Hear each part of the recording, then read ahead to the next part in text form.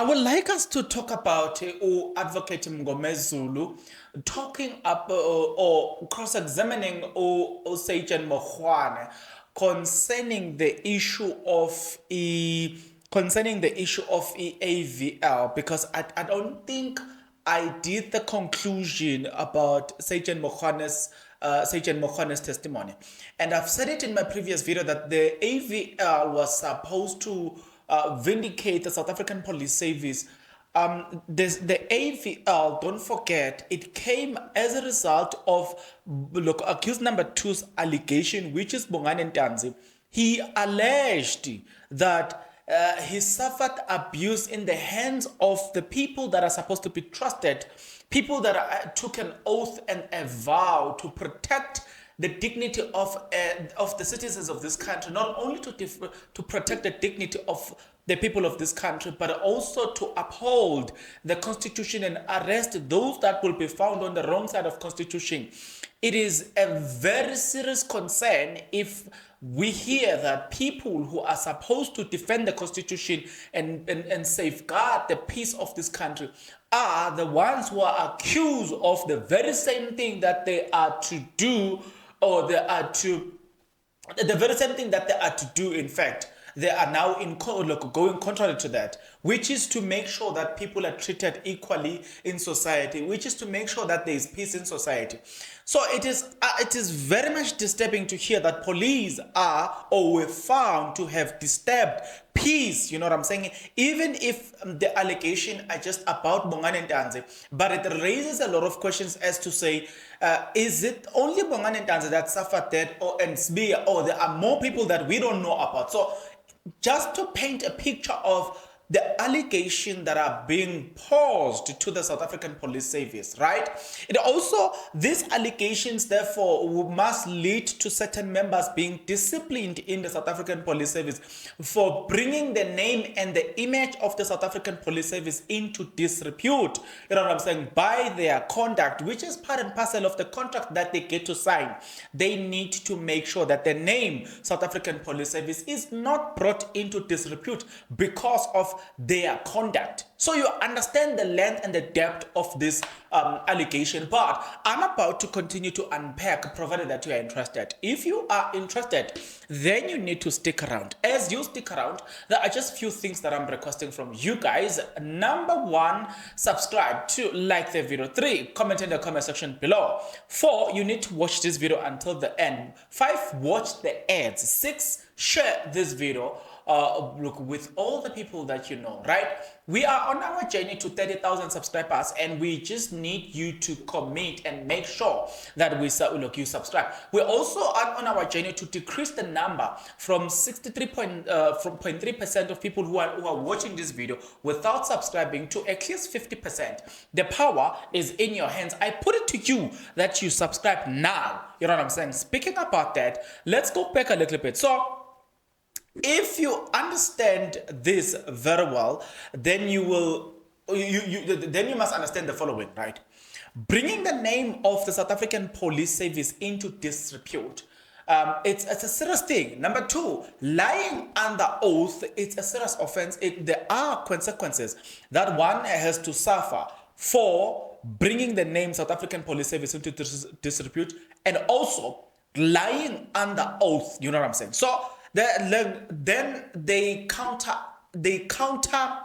oh, let me not use the word counter, but they rebutted the allegation from Bongani Ntanzi, which is to say he was choked, he was assaulted, he was choked, he was tortured, he was, you know what I'm saying, all in the hands of South African Police Service. So the AVL then was brought in to vindicate the police, you know what I'm saying. But unfortunately, it has caused more doubt than vindicating them. Now, let me also lay the basis here. If you are the state, you must prove your case against the accused beyond reasonable doubt. What the defense need, they just need to poke doubts in your thing. So, for the fact that we heard that the AVL collaborated the testimony of Bongani, in fact, Advocate Mngomezulu had even said it, which Mokhwane agreed to this one. He said, You agree with everything that Bongani Ntanzi said. Bongani Ntanzi said it before the AVL that in a certain location, there was this and this and this person, and then later on, this and this person arrived. Bongani Ntanzi said it without even having the record. But when the record came in and they collaborated the evidence with Bongani Ntanzi, so then Ngomezulu asked that, so you are agreeing with all these things that Bongani Ntanzi said, except the fact that you tortured him. And they said, yes, we agree with everything, but we disregard that. Though you know what it does?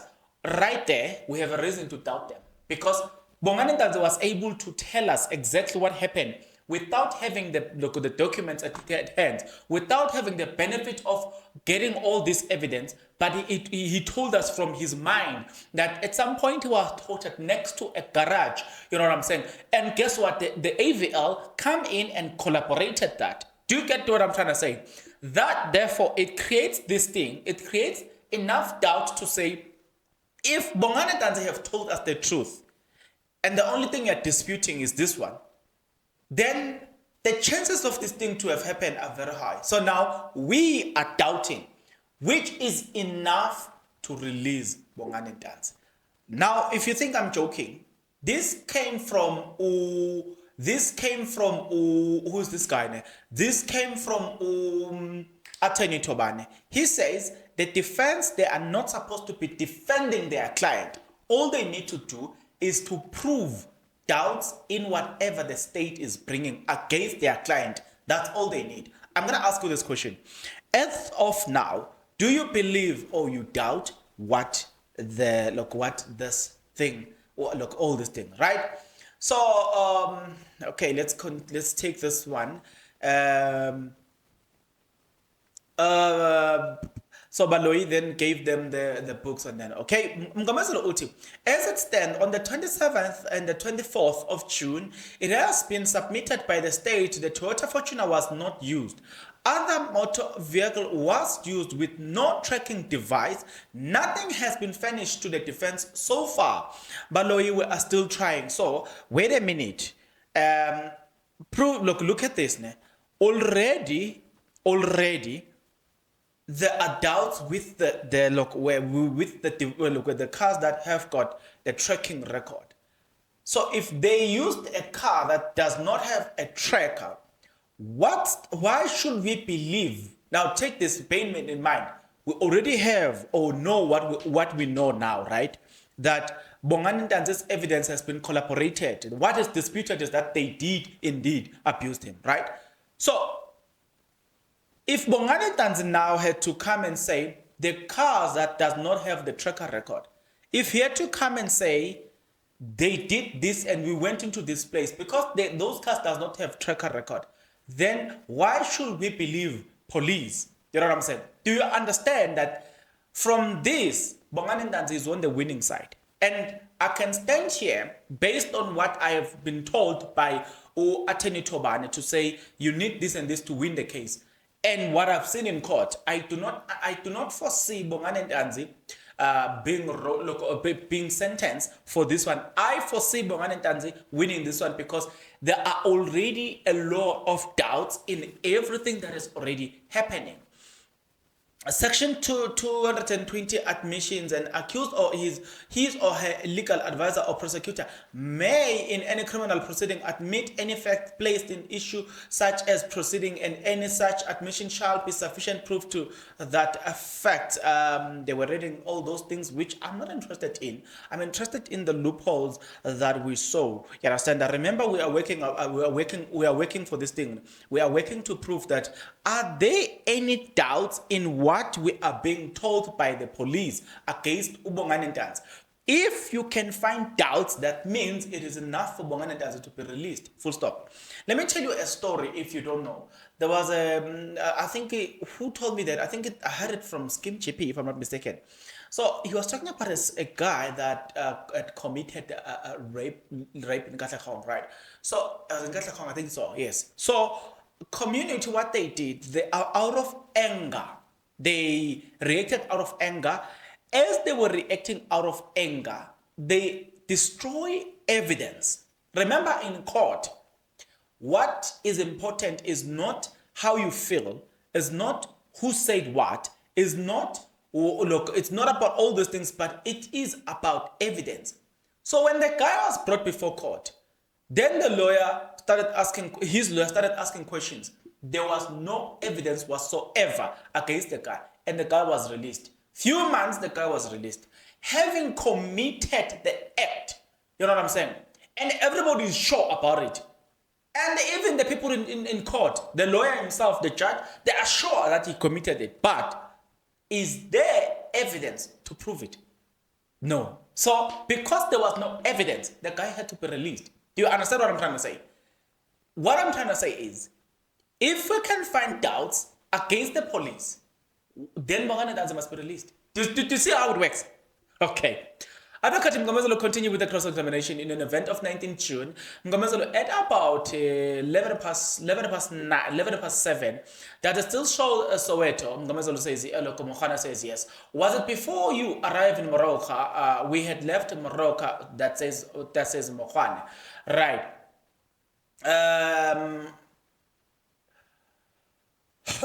Sorry, guys. Okay, I am looking. Now, Utum Kamazulu, you were in a hurry to get Sejan Mabena's keys and USB at Morocco, and there was nothing stopping you from using the freeway. Mokhane, indeed, however, we use our own direction to change the route just for our own safety.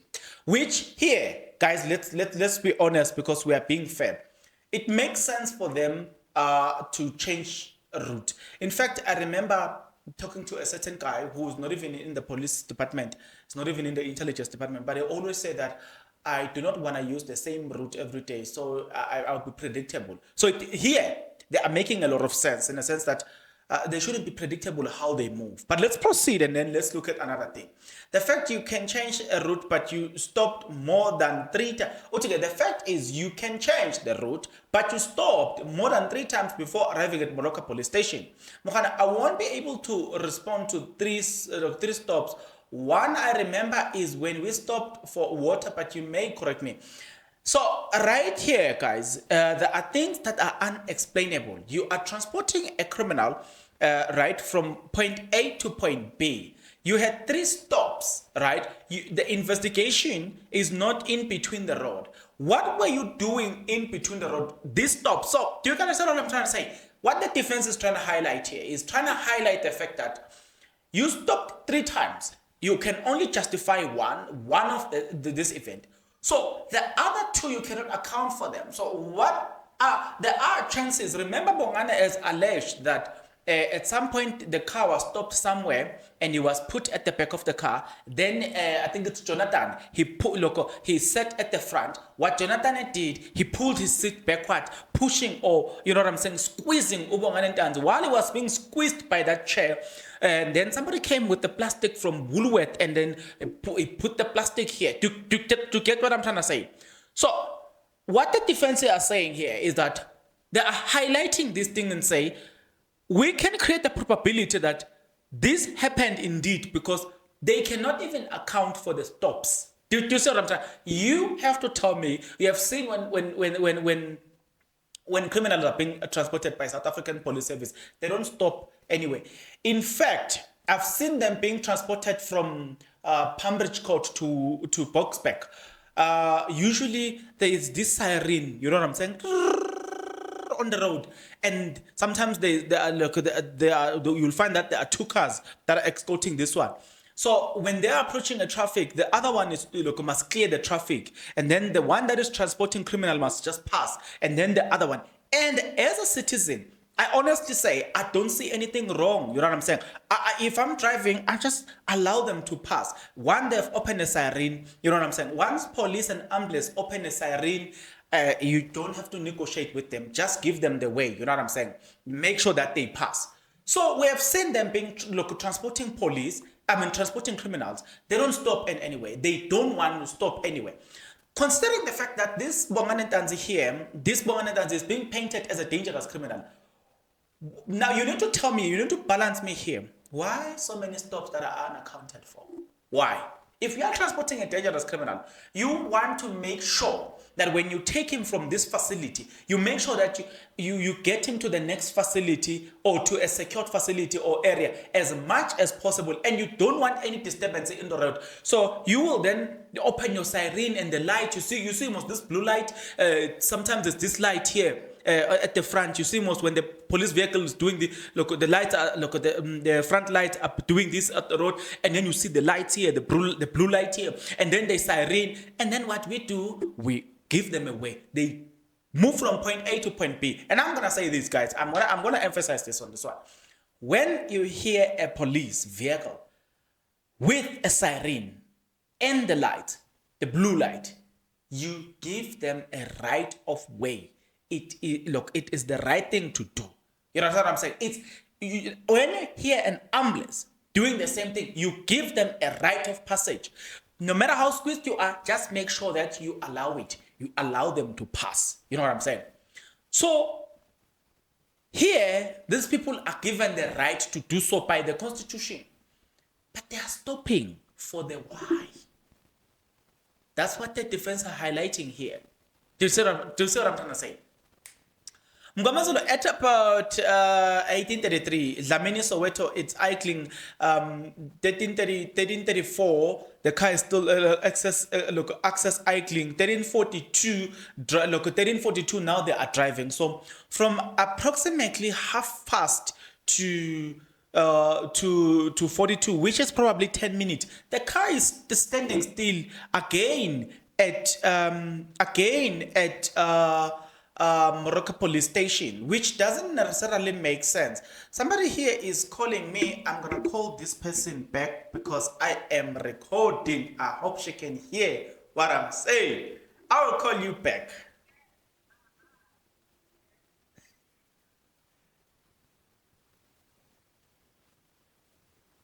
So yes, so it really doesn't make sense. My colleague is calling me here, right? So it really doesn't make sense. It really doesn't make sense. But yeah, so at 1911, which is got 11 past, it reflects an incident. Was it still in Soweto? Mokhane says it shows like that. Then points or highlight another one and say, you stopped about 10 minutes. Please bear in mind, you are carrying a dangerous criminal here, right? You stopped at the Ring Road, at Krizane Road. Mokhane, I don't recall stopping there. Mokhane, it even said you stopped there for 10 minutes, right? Before I respond, can we go back to that point? You know what I'm saying? Then he takes him to the Morocco police station point. But I want you to notice the fact that what I've just told you, to say you are carrying a dangerous criminal here. Don't you want to take him from this cell to the next cell? Because you can't get ambushed right on this road. Do you get what I'm trying to say? You can't get ambushed. So you do not want to have him with you as you are transporting him. What makes you, why do you keep him with you? So it just tells you that the idea that this guy was dangerous, it just doesn't make sense. So if we therefore have doubts, as they wanted to portray that Bongani Tanzi was that dangerous, then we have doubts even more to other things that they have said. But let's continue. I'm going to show you something. All right.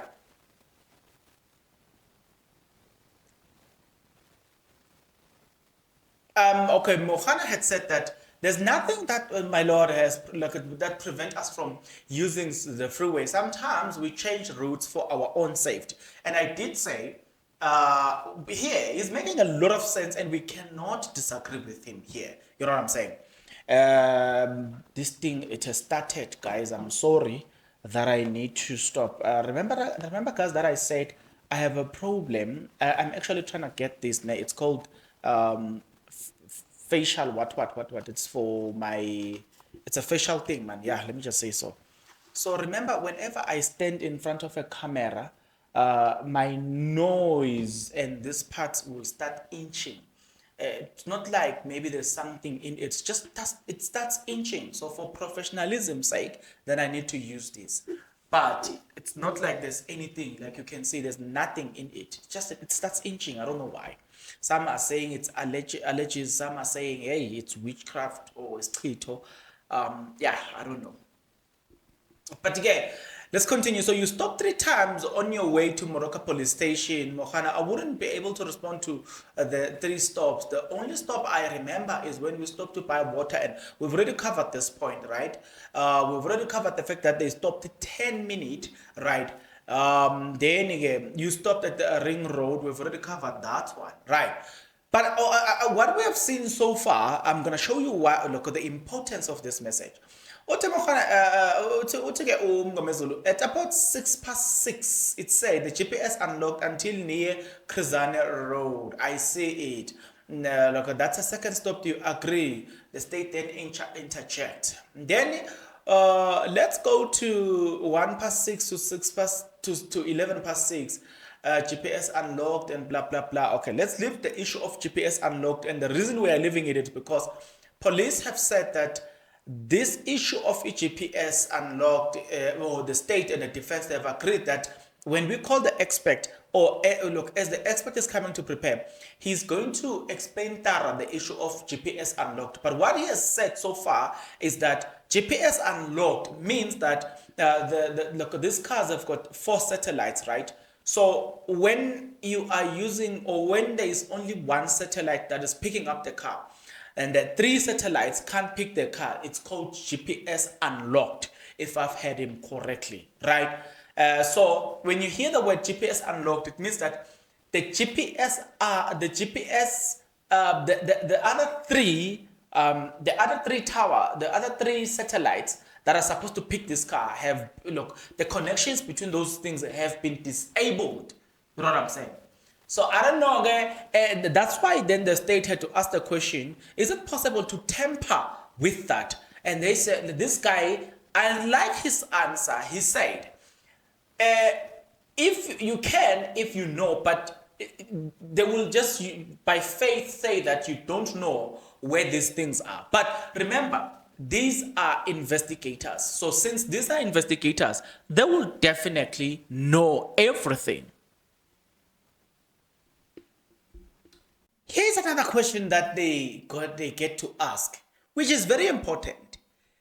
Did you transport Bongani Ntanzi, which is accused number 2, on the 13th of July, 2020? Then the answer from Mokhwana was that, no, I don't remember.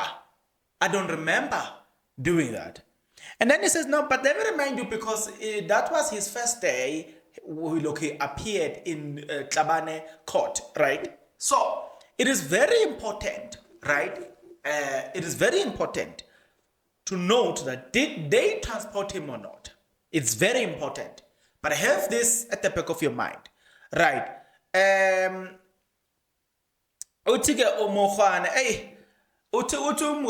gonna ask this court to reject your evidence, and then look, sorry, Mgomezulu said, I'm gonna ask the court to reject your evidence, and Mokhwana says, no, it's okay, the court will decide. The reason he's saying, I'm gonna ask the court to reject your evidence, the court must reject your evidence, it is because you are untrustworthy, you are fabricating this, right? But let's continue a little bit and hear what who will come and confirm that the information, look at that, this information, because Sergeant Mapena is no more, and there is no other name that appears there on the person Mapena was waiting for.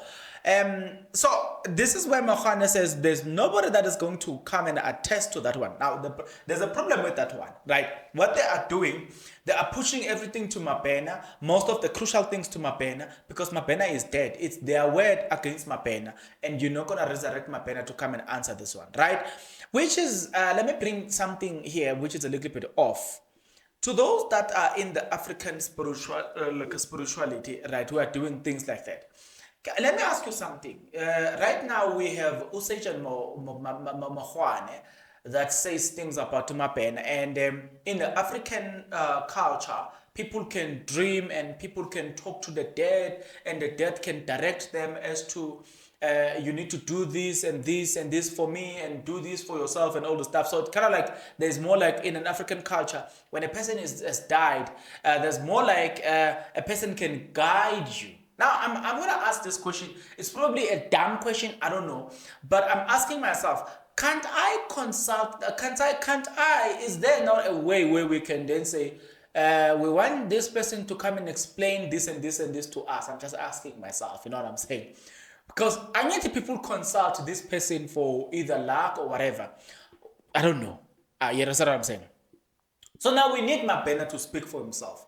Is it not possible, maybe, to get somebody that will tell Mabena that, hey, Mabena, we need you to talk? I'm asking, guys. It's probably a dumb question. Please forgive me if it's a dumb question. I'm just asking. Because now these ones are telling us about Mabena, and Mabena is dead. You know what I'm trying to say? So, it's just one of those questions, right? So then again, okay, let's leave this one. It's not important. I'm looking at the most important information. So the judge had asked Guti, what was the charge? What was the charge? Yaga Bongani Danzi. Look, Mohana says the position of an unlicensed firearm. Guess how it was discovered? When they went to search for the hoodie, 6 years later, after the death of Senzo Meyiwa, when they went and searched for the hoodie, they discovered this unlicensed, live ammunition, which then the Bongani Danzi was charged for. But let's proceed as if nothing happened, right? Ngomezulu says, the AVL record, there is nothing to prove that Bongani Ntanzi appeared on the 22nd of June. Mohane says there's no need to look to the AVL record if there is a proof of the charge sheet and the particular day court appearance, right? I think though there must be something that collaborate that alone. What Ngomezulu here is asking is that if we see a movement, you know what I'm saying, of this car that is transporting accused number 2, we need also to see, you know where he's going with this. You could have signed the document and said that he appeared. You know, so I don't know if you see what I'm saying. This is the same thing that the defense, the defense, they are going towards this now. They are going towards this point where they are saying, remember they question constable or captain, I think it's constable, Mosia, right? To say, we want to know how evidence must be transported from point A to point B, right? So for look, we need to know that because the evidence might have been contaminated before it reached certain level, or you might have changed things along the way. You know what I'm saying? Say, for instance, when you leave point A, you see this container, right? When you leave point A, you might be carrying this thing, but then along the way, you can change the content here. You know what I'm saying? And put something else. Yes, it can arrive to the other point as, you know what I'm saying, as this thing. You know, it appears like it's an exhibit, but who knows that this exhibit might have been changed in between. They are coming from that angle. You can fill the document on the other side and make it look like he appeared when he didn't. But the evidence that we need is the evidence from the AVL that could back it up that indeed he appeared. Where we see you transporting him from this particular point of departure to the certain local point of or certain destination, which should be the court. We are looking for that record. That is where Ngomezulu was coming from here, right? And then again, hey, I see again there. Okay. Then it's about 4 in terms of the AVL. What were you doing there? Look, the vehicle ignition was turned off until from 4 until 28, from 4 until 6. I can see, yes, I can see the car was off. So look at this. It's approximately 2 hours. It's not even approximately. It's actually 2 hours. 2 hours and some minutes. You know what I'm saying? The car is idling, right? Remember, they are with a dangerous criminal. So they have, guys, remember they are with a dangerous criminal. So there are things here that it really doesn't make sense. Yeah. And people expect us to believe it anyway. But yeah, because it's us, now we don't just believe, we look at evidence. If evidence doesn't make sense, it doesn't make sense, and we're not gonna take that, right? On the 13th of July 2020, that was the first time accused number 2 changed his clothes. He was not going to court in the same clothes he was arrested in. His girlfriend was called to bring them clothes. I will dispute the version because the person who was organizing blah blah blah. But I want you to look at this. Bongani Ntanzi couldn't appear on the clothes that he was wearing. Why? He couldn't appear on such clothing. Let me afford you your time to think why he couldn't. Okay, let me spark something in your mind. Bongani Ntanzi said the document, this confession that I was asked to sign, the document that I signed, there was blood on the document because they electrocuted him, they tortured him, choked him, beat him, assaulted him in any way to a point of bleeding. When he agreed to sign the document, he was already bleeding. Let's bring this to mind. He couldn't appear with the same cloth. Where is Mngomezulu going with this? If you don't get it, forget about it.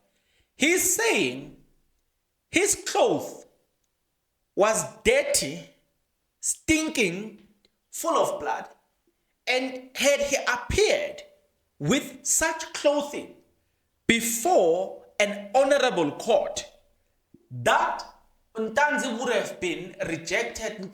Whatever Ntanzi was going to say, it would have been rejected because there is enough evidence to believe that he was accused.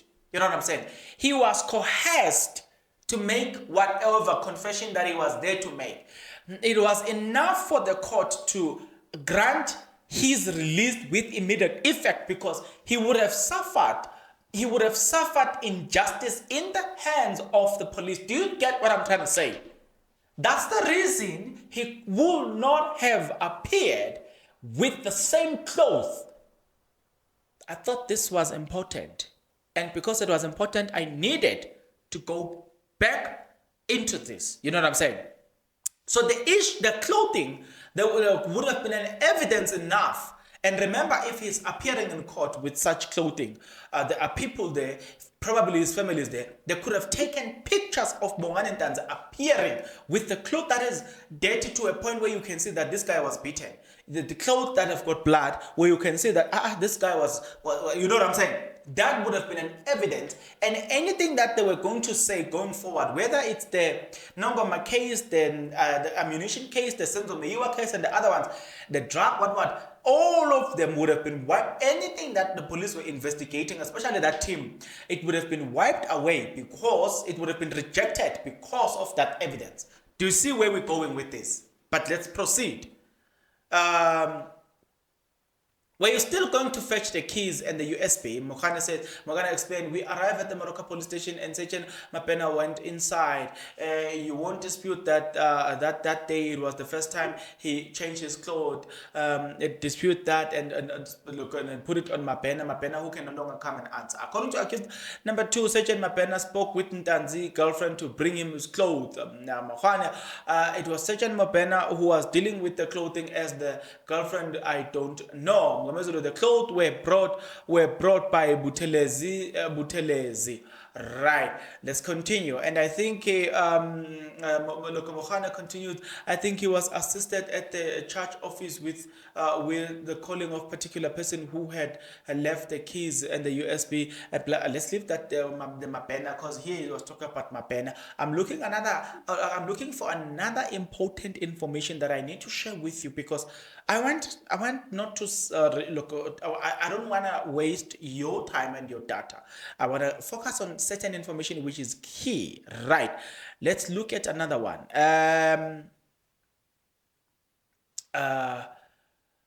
George Baloyi had rejected this as well. So yeah.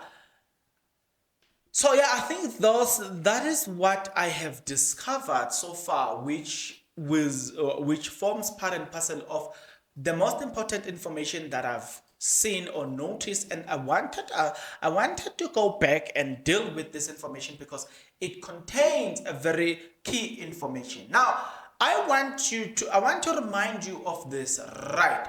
Number one, I want you to tell me something. I don't know how best can I say this. Number one, the state need to prove their case beyond reasonable doubt. Number two, the defense, all they need is to poke doubts on these existing things. Then number three, the police, the Kumalos have painted the idea that the intruders that went into that house were somehow dumb because they, you know what I'm saying? They were dumb, let me just say so, they were dumb. They got outsmarted, they are carrying firearms and sharp weapons, so they get outsmarted by the Kumalos, and the Kumalos are busy fighting these intruders, and you know what I'm saying? Senzo Meyiwa is pinning one of them against the wall. Do you remember all those fabricated stories, obviously? You know what I'm saying? So we've got this idea that, okay, we had these two criminals that got into that house. They were so dumb that they allow Ulongwe to run away. They don't even shoot at Longwe. They allow Longwe to run away, and Longwe, they are not even cognizant, or they are not even aware that if Longwe ran away, probably he might call police, he might call the neighbors. They don't care about all of those things. Hence, Advocate Ramasepede says these are the number one Mzansi's dumbest criminals ever. So if you understand that, then move this a little bit further, right? So if these are Mzansi's dumbest criminals, then the police comes and say that when they were found, they said that they have a watertight case, meaning they had all the evidence that back it up that indeed these are the ones. In fact, in the announcement that was made by Minister Pegekele and Ukehla Stole, they said forensic evidence linked the suspect to these. Then the DNA expert comes and cleared them all. You know what I'm saying? Despite that, remember, these are dangerous criminals.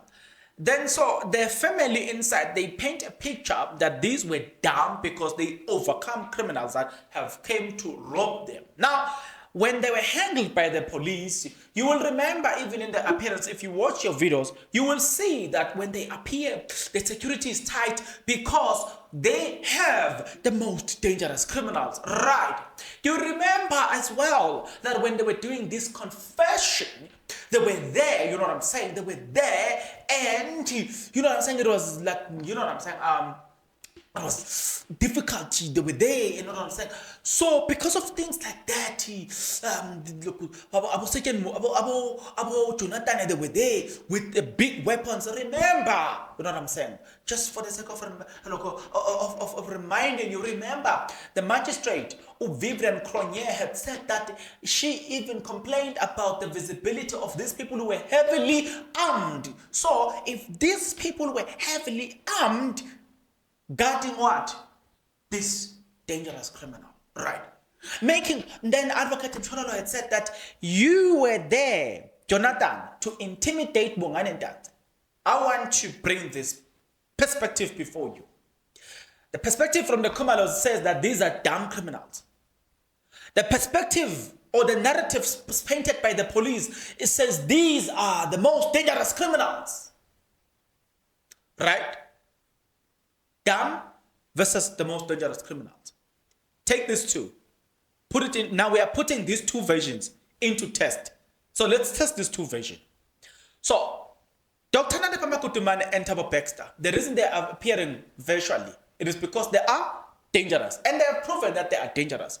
So you cannot, the state said that they cannot afford. They need to make sure, and it's expensive to transport them because they need to make sure that they guard, make sure that they don't escape, they don't get ambushed. You get the point? Come back. You've got this Ntanzi who's dangerous, who need, according to the police, he needs to be secured.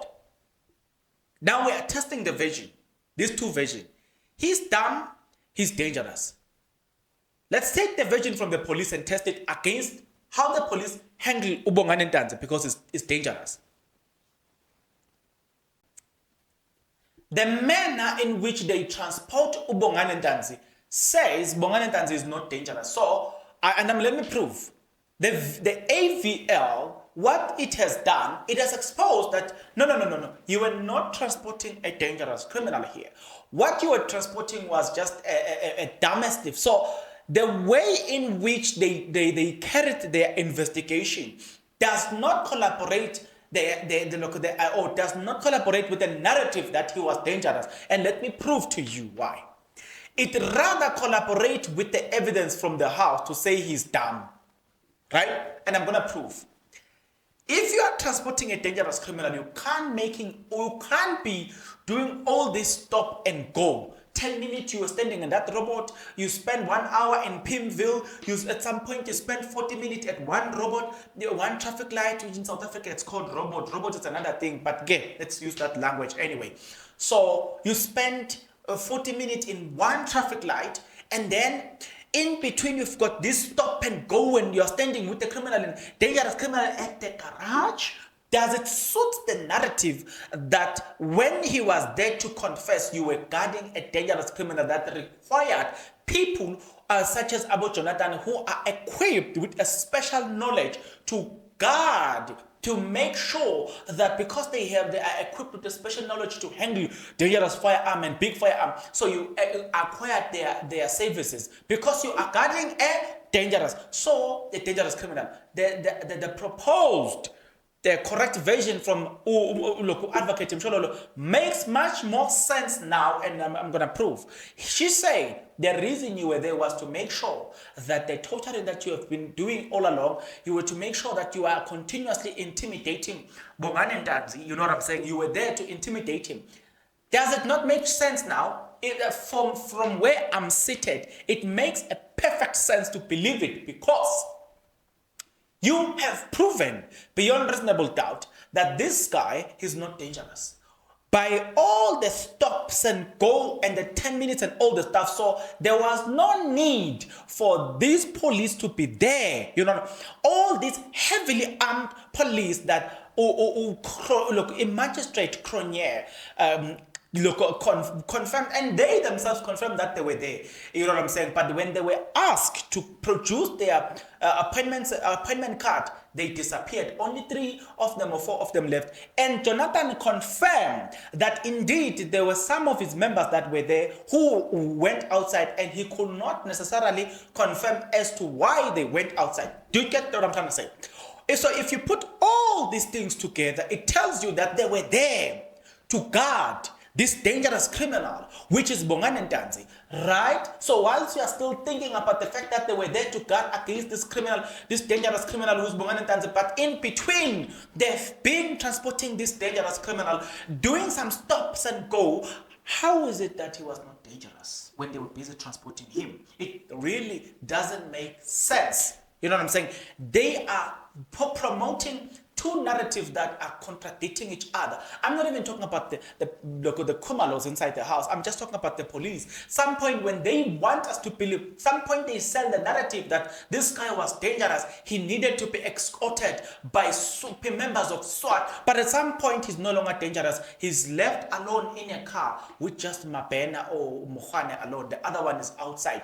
He's left there. Sometimes his handcuffs are loose. You know what I'm saying? A dangerous criminal, his handcuffs are loose, and he's not even in a cell, he's not even in a police station, he's not even in court. You know what I'm saying? Where we say there are others, there are security company, there are police there. No, he's with them out there in the field. When he's eating, his handcuffs are loose. He's left with two people. You know what I'm saying? At some point, he's with two people. You know what I'm saying? Remember, at that garage, at that engine garage where Abu Jonathan arrived, they found them there. They found them standing at that. It proves that so ever since they were traveling from wherever they were coming from, they were traveling with only the Fortuner. You know what I'm saying?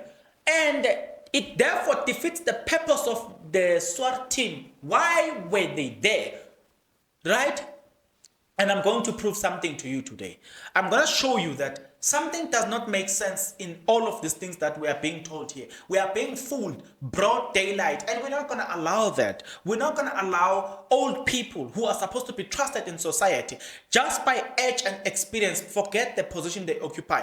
Just by age and experience, we're supposed to trust them. But I doubt we can trust these people. I doubt we can fully rely on Sergeant Mokhwane Mapena. We can fully rely on Brigadier Kenenda. We can fully rely on Unta Uzungu. All these people are lying. Let me prove. Jonathan says that he counts number of times they transported or they provided a backup, but it does not include the traveling, right? He says no, they only provided this backup when they were going to Morocco, and they found them at Morocco, right? Or on the way to Morocco, right? And also when they were doing the confession. That's what Jonathan said. He does not know of any backup. Mokhwane, when he was pressed to the corner, guess what? He says all along they've been traveling. Some point they were traveling with the backup. But then the same person said that when they were at that engine garage, the backup found them there. So which is proof enough that they were not traveling with the backup. So the times where they did not need the backup, it therefore says that he was not dangerous. When did Bongani Ntanzi become dangerous? I can tell you this. He was only dangerous when they want him to be dangerous. But by nature and realistically so, Bongani was never dangerous. There was no need for this SWAT team. So the question therefore that arises is, what was this SWAT team doing there? If Bongani Ntanzi accused them of torturing him, it means that they were trusted to carry on the job of torturing Bongani Ntanzi, because clearly we can see here that they were not needed. I said to you, all you need is to poke doubts in order for you to win something. Here, I am saying to you, we have more reasons to doubt the version provided by the state. There are loopholes and there are more reasons to doubt them, and that is enough to free Bongani Ntanzi by the charge. That's an evidence enough. And I know you think I'm joking. Let me take this a little bit further. You know, it's hot because of this. You are making me, you're upsetting me. It's you who are upsetting me. You know what I'm saying? In everything that I've just said here, we were testing the version given by the people in the house, the police, and also the police themselves. The police have given two versions. One, they've arrested a criminal that is not dangerous. At some point, he was dangerous. But they were able to do so many stops and goes. Right. A person that I believe was dangerous in this case. And this, I will say it without a shadow of doubt. It is accused number 5. Fisobuhle Ntuli, who is serving 6 life sentences. Why is Fisobuhle Ntuli dangerous? He was taking people's life. He is serving 6 life sentences because he's been convicted for taking people's life. And the person who arrested Fisobuhle Ntuli and making sure that he got the conviction is the person who is in charge of the case 375. Is it 375? Yes.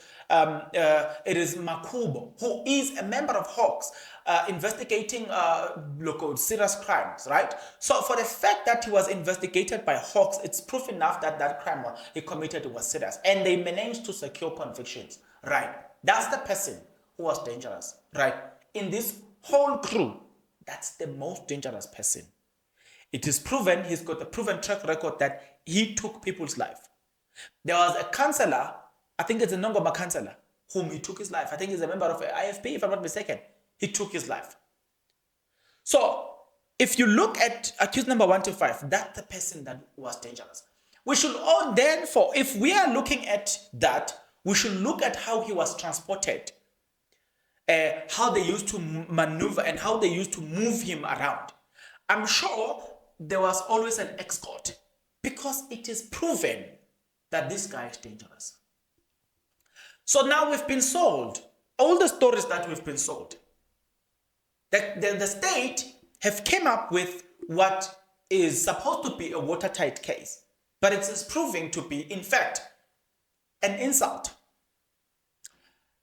Remember, Judge Ratamo Kgwatleng is delivering a judgment. In his judgment, he says the state represents the public interest. So, in other words, the public must look by nature, by nature, the public must always be with the state. You know what I'm saying? But in this case, I want to ask you the question: do you even believe the state? If the state, from what I'm saying, not even if, from what I'm seeing, the state, this case is so different. This case is so different. Let me start here. Attorney Tobane said, the state must prove its case against the accused beyond reasonable doubt. Then he says this is an insult because in the current case, the accused must prove themselves beyond reasonable doubt and the state is trying to find doubts. Do you see that they've swapped this thing around? It makes sense. You know why? Because the public here says, the general public says, these are not the real people. We need the real people in this case. I could have continued. So as the judge said that, wait a minute. So in his judgment, he said that the state represents the interest of the public. But in this case, I can tell you this, that probably 95% of people, they are like, no. This is, look, Bonganem, they were talking about when I was going through facing a lot of things and death threats and all the stuff. People were telling me that, no, you know what, Bongas, even though they may try to eradicate you or they may try to eliminate you, but the fact is, as the public, we know for a fact that we don't believe that these are the right people. And that is reflected. You must go to YouTube, for instance, and look at all the YouTube videos that are talking about the current the current case of Senzo Meyiwa. You will notice that most people indeed don't believe that we have the right people, right? That's number one. Number two, look, we must go to Facebook and look at, okay, look, you look at people who are talking about the case of Senzo Meyiwa. You will notice that most people don't believe that these people are the right people. You must go to TikTok. You will see the same thing. Go to Twitter, read comments. I do read comments even there. You will see that, you know what, the majority of South Africans don't believe that we have the right people. I'm talking about a real majority. It's over 80% of people, if not 90-something% of people don't believe that we've got the right people. Now, I am going to ask you this question then. If you have the majority of the civilians who are saying we don't believe that these are the right people, then you have to ask this question in the words of Judge Ratamo Kgwatleng, where he says that the state represents the interest of the public. So in this case, we find that the public are against the state. Then the following question that you need to ask is, whose interest does the state represent here? Not long ago, we had a concept that was presented before us called the state capture, right? Meaning capturing the state for a certain individual's interest.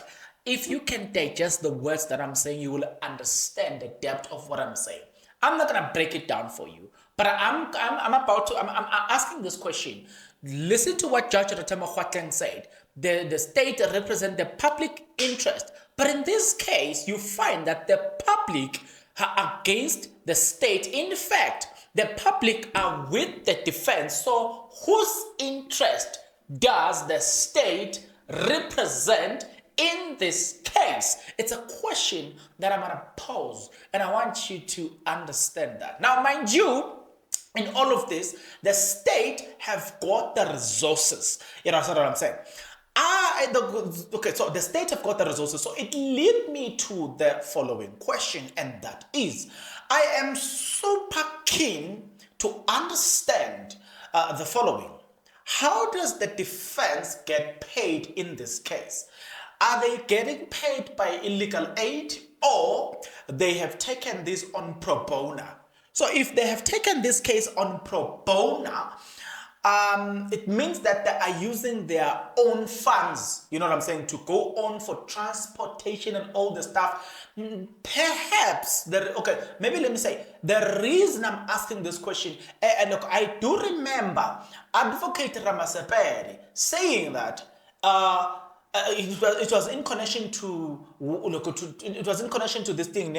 The state had brought the bank statement, and then Advocate Ramasepere asked the court to be lenient and to afford him time as he is raising funds so that he can get an expert, a CA, chartered accountant. You know what I'm saying? So let's say if Advocate Ramasepere were funded by illegal aid, does that mean that legal aid cannot cover that? So it means that we as the public then must fund them because they represent a public interest. Do you get what I'm trying to say? It can be, or it could be that these people, they represent a public interest. Did you just hear that? So if they represent a public interest, it means that it makes logical sense. Maybe, let's say for instance, they are being funded by or they are being paid by the families of accused number 1 to 5. I doubt, and I honestly doubt, that they have the money to back them up. It means that you've got a defense. Oh my God, how did I arrive to this point? But that's where I was going. It means that, remember the point that I made, that the state have got the resources, but whose interest do they represent? They are up against a defense who probably do not have. I don't know if you see what this point, Buffett. I don't know if you understand the importance and the depth of this point. It is the state up against the defense, but the defense does not have the resources that could equal to the defense losing this case because they don't have the resources to go up against the state. Okay. So the case might be lost. This accused might lose this case, not necessarily because they have to lose the case, but because they don't have the resources.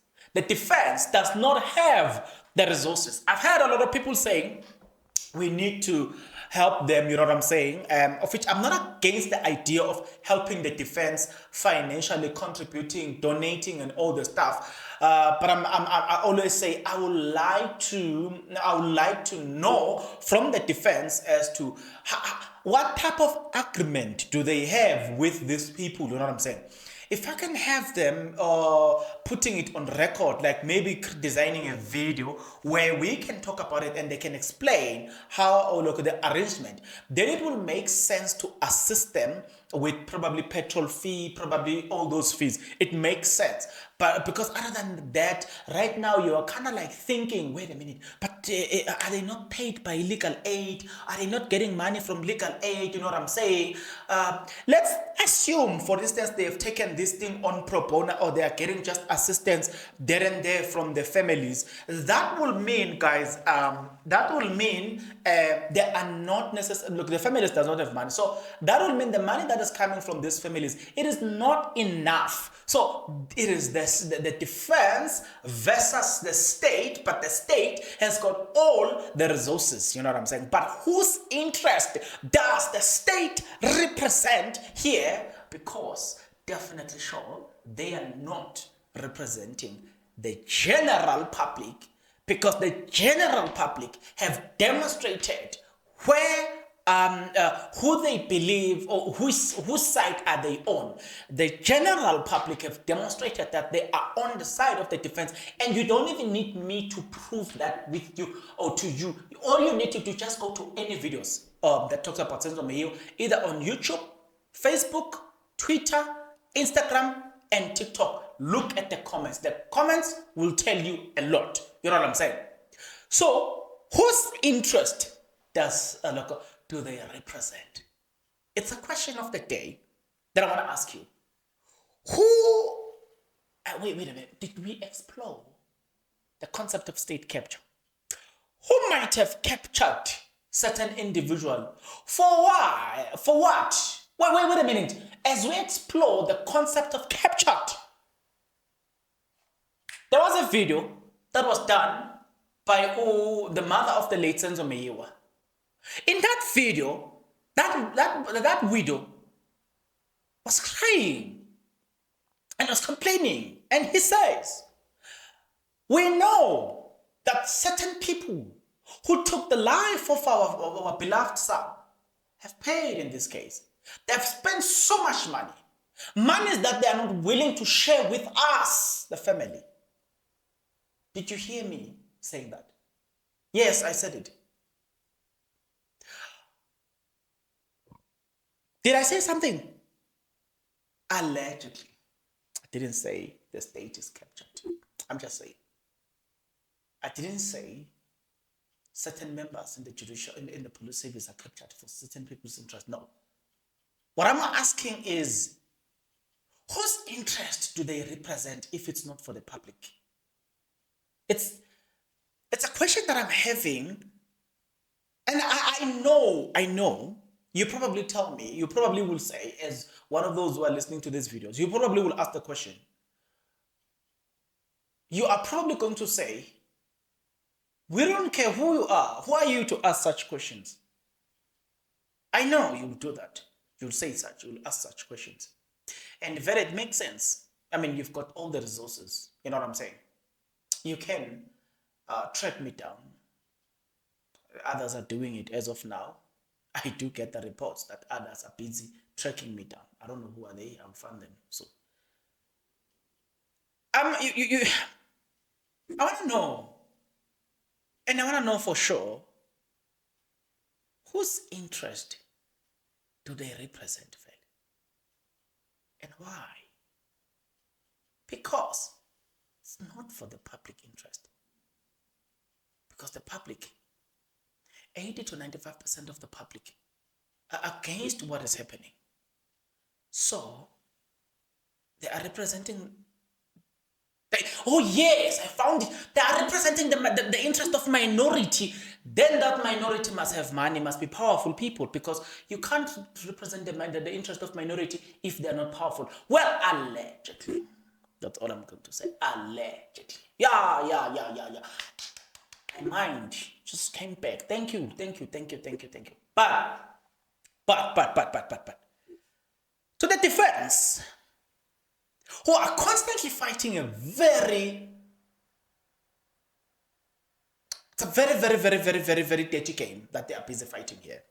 You know, you see them on a daily basis, fighting and giving document or like, boom, ambushed. They're giving document in the middle of a trial. Document that should have been handed during pre-conference trial.